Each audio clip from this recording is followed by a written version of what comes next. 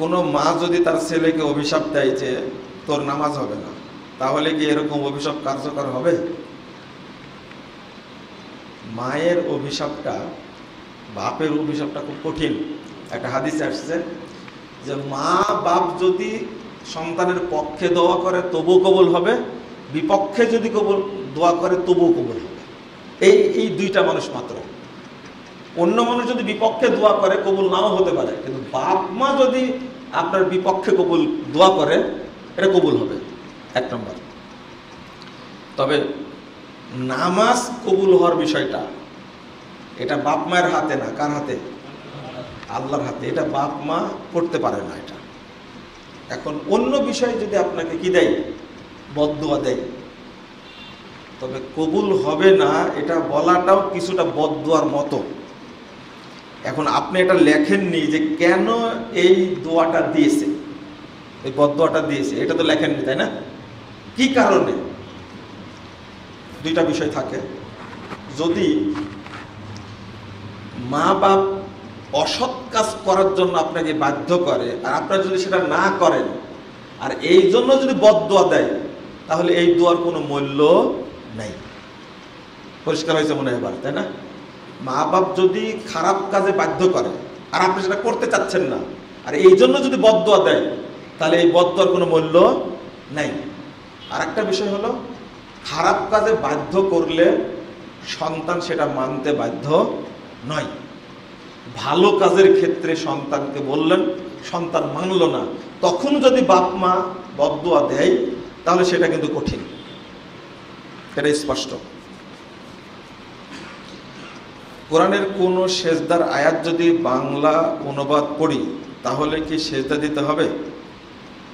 আর সেজদা দেওয়া কি ওয়াজিব নাকি সুন্নাহ? প্রথমে বলি এই সেজদাটা হলো সুন্নাহ। এটা কি? তেলাওয়াতের সেজদা কি? সুন্নাহ।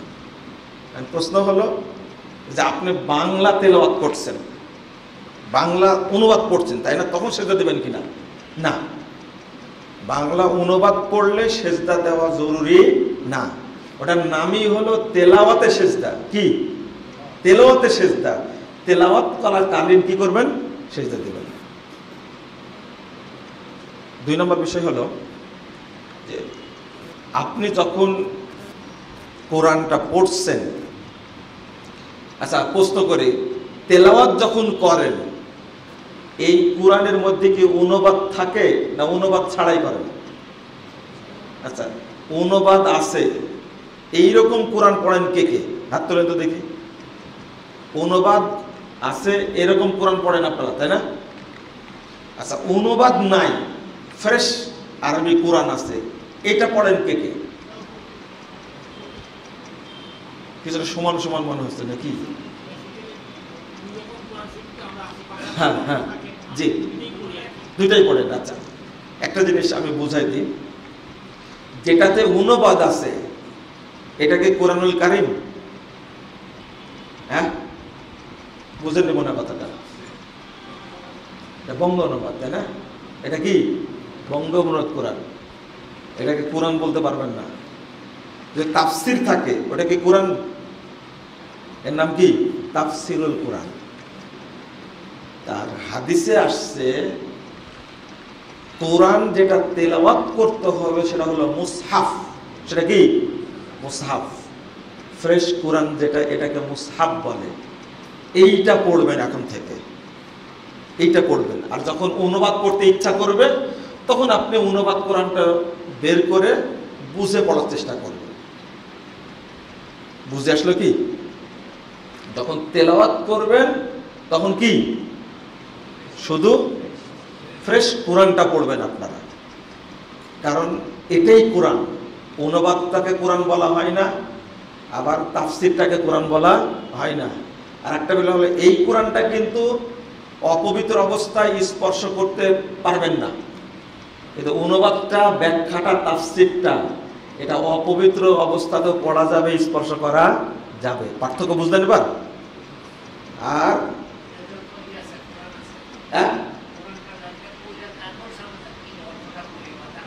না, আপনি ফ্রেশ কোরআনটাই পড়বেন। অর্থ বোঝার জন্য আলাদা কোরআন পড়বেন, অর্থ বুঝবেন তখন আলাদা পড়বেন। তেলাওয়াত আলাদা জিনিস, কিন্তু আপনি যদি বুঝে পড়তে চান তাহলে অনুবাদ পড়বেন, তাফসির পড়বেন, সেটা আলাদা। আমাদের এই যে আহলে কোরআনরা আমাদের সর্বনাশ করে ফেলেছে। আগে বহু মানুষ কোরআন তেলাওয়াত করতেন শুধু। রমাদান মাসটা হলো তেলাওয়াতের মাস, এইটা মাসটা কোরআন বুঝে পড়ার মাস না। কোরআন বুঝা পড়বেন অন্য মাসে, কিন্তু রমাদান মাস কি শুধু তেলাওয়াত করবেন, যত পারেন তেলাওয়াত করবেন। আর যারা বাংলা উচ্চারণ করে পড়েন তারা নেকি পান না, তাদের পাপ হয়। বাংলা উচ্চারণ করে কোরআন তেলাওয়াত করা কি হারাম? অনেকেই করে। বিভিন্ন জায়গায় জিজ্ঞেস করছি, বহু মানুষ দেখছি বাংলা উচ্চারণ করে কোরআন পড়ছে। ওরা তো আমরা আরবি পড়তে জানি না। আমি বললাম যে এত পড়ে বিসিএস ক্যাডার হয়েছেন আর এখন রিটায়ার্ড হয়ে গেছেন, কোরআন পড়ছেন বাংলা। কোরআন পড়তে জানেন না, শিখেন, আরবি শিখতে হবে। কোরআনের ভাষাতেই পড়তে হবে। আরবি, ইংরেজি, উর্দু কোনো ভাষায় উচ্চারণ করে পড়া যাবে না, হারাম। কি প্রশ্ন করছেন আপনি?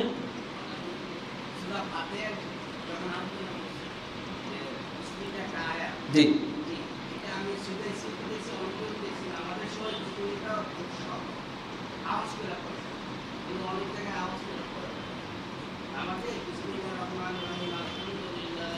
বিসমিল্লাহির রহমানির রহিম শেখ সুদাইসি জোরে পড়ে।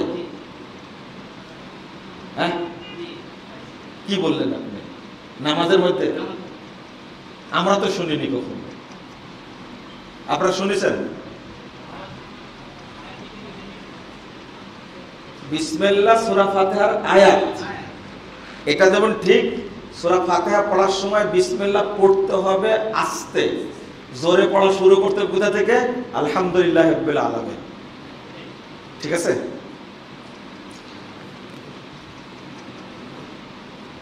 শেষ। আর কোনো প্রশ্ন? আচ্ছা, এই বাচ্চা ছেলে বল।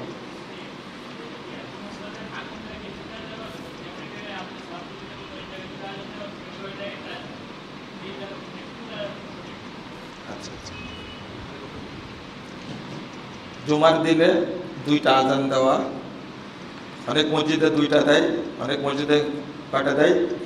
1টা দেয়। এই 2 আজানকে অনেক আলেম জায়েজ বলেছেন। এরা সালাফি আলেমদের মধ্যেই এটা বলেছেন যে জায়েজ, উসমান রাদিয়াল্লাহু আনহুর মতো। আর এর মধ্যে অনেক আলেম বলেছেন এই আজান দেওয়া যাবে না। যেমন শেখ আলবানী রাহিমাহুল্লাহ বলেছেন, আমরাও বলি যে উসমান রাদিয়াল্লাহু আনহু যে কারণে আজান দিয়েছিলেন 2টা, ওই কারণ যদি থাকে তাহলে ওই আজান এখনো চলবে। কথা বোঝা গেছে? আর যদি ওই কারণ যদি না থাকে তাহলে এই 2 আজান দেওয়ার প্রয়োজন নাই। যেহেতু সালাফি আলেমদের মধ্যেই এই 2টা মত আছে, এই ব্যাপারে শক্ত বক্তব্য দেওয়া মানে মূলনীতি না। কথা পরিষ্কার হয়েছে তো? যদি বেদাত হয়ে যেত তাহলে এ ব্যাপারে শক্ত বক্তব্য দিতাম, এটা কি বেদাত। কথা বোঝা গেছে? যখন যেমন রুকু থেকে উঠে বুকে হাত বাঁধেন, তাই না? এখানে কেউ বাঁধেন আপনারা? ওই যে একজন বাঁধে, যেমন, আর হাত অধিকাংশ ছেড়ে দেন, তাই না?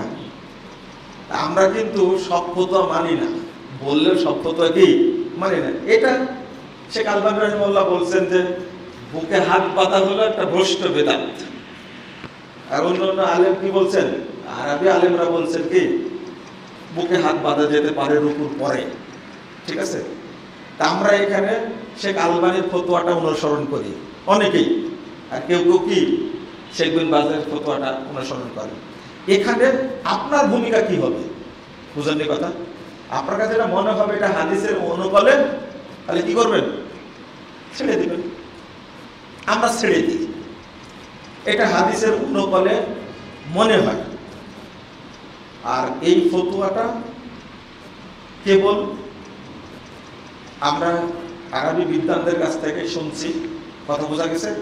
এইরকম ফতুয়া যখন আসবে তখন আপনি কড়া ভাষা প্রয়োগ করতে পারবেন না। এটা একটা মূলনীতি কিন্তু শরীয়ত বুঝার। আশা করি স্পষ্ট হয়েছে।